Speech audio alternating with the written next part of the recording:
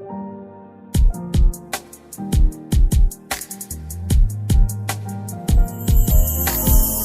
khóa lâu tlain Kai na ruan sang loi turin Kay lai kan vô Kan trian ho kan lim ge Kan run lenge Thoi ru na Sim ti pui yangin Sang ma la Kay le kan trian ten Kan lau lu che Kan ngai em se Nu thoi mel tra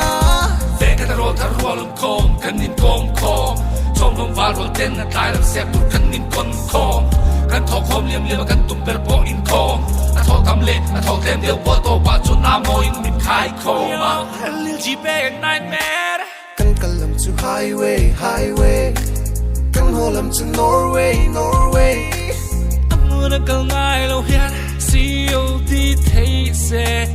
Gpay nghe ya Kan run ho alom hey Kan run ho na lom hey Lim le lo min o san in to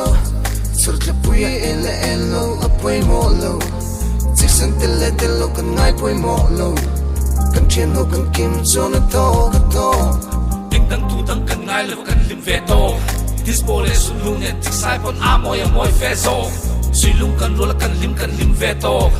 Sanin na Ni ta sa Yo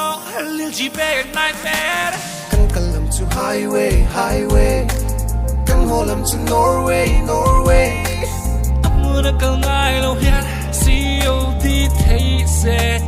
Gpay nghe ya Kan run ho alom hey Kan run ho na lom hey Luto pa chuani Isli par se pabakin Jing ni luman lo ay kudarda Jungoli lovin An tatu